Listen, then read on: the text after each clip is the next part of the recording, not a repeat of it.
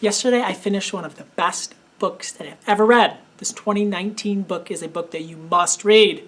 Ready to hear all about it? All right, let's. Genesis Begins Again by Alicia D. Williams is an absolute masterpiece. You must read this book. I was captivated from cover to cover. I could not put it down. I wanted to read it when I wasn't reading it. I was thinking about reading it. This girl, Genesis, is a girl that your heart will be broken as you read this book. It will be put back together. It will be broken again. It will be put back together. It is a beautiful, beautiful story. It starts with Genesis having her friends over for the very first time. Doesn't really have friends over, but her friends are coming over, and they get to her house and everything is out on the front lawn and there's a lock on the door. They have been evicted.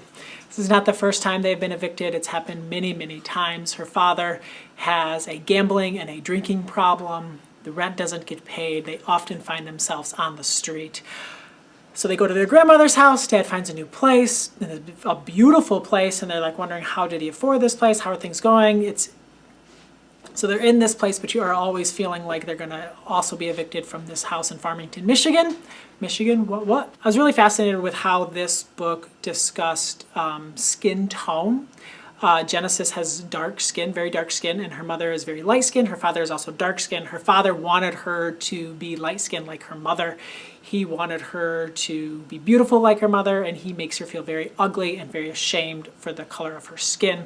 And I never really I don't know anything about that. Like, I had not read about that. I had seen like a few things on Twitter about that, but I had never really just found myself thinking about that topic. And it was fascinating how it was dealt with in this book and how this girl was made to feel not good enough, how she was always trying to do things to get people to notice her and to see her, and she wanted to feel beautiful, and she never did. I thought that this book just did an amazing job at looking at that, looking at a family dealing with addiction, a family dealing with the possibility of divorce. I thought this book was absolutely breathtaking. I just could not get enough. I will be thinking about Genesis and all of the characters for many, many years.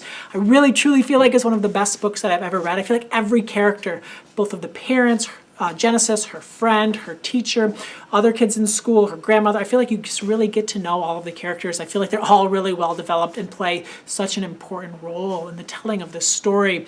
I hope that all kids get a chance to meet Genesis. I hope that all classrooms around the country, whether they're filled with mostly white kids like my school, whether there's a mix of all different races, whether it's a school filled with mostly black children, every school needs books like this, and I feel so thankful to have read it. I'm excited to book talk it with my fifth graders. I'm excited to see what they think. I'm excited to see the discussions that this book opens up and how it changes kids. I know it changed me, and I know that I see things a little bit differently now, and I'm thankful for books like this.